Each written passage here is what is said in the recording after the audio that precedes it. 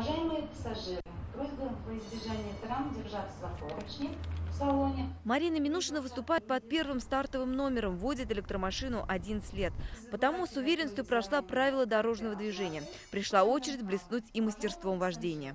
Это все мы знать должны. Мы каждый день с этим встречаемся на линии. Культура обслуживания, вождения, безопасность. Участники демонстрировали практические навыки и теоретические. Теория лишь малая часть испытаний, есть и дополнительный этап.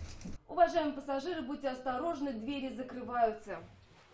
Культура обслуживания пассажиров – самая важная часть конкурса, ведь водитель трамвая является лицом транспортной компании. Конкурс на звание «Лучший водитель трамвая» проводится впервые за последние 5 лет. В городе планируют повысить мастерство сотрудников на транспорте. До этого были предварительные конкурса, предварительный был отбор, оценить их водительское качество, как они работают, как они умеют обслуживать пассажиров. Чем больше очков, тем выше вероятность победы. Награды лучшим, денежные призы, дипломы и медали. Победителем стала Салихова Милюаша. Особой благодарностью здесь считают и отзывы пассажиров. Алина Мингалеева, Ринат Сафин, ТНВ, Казань.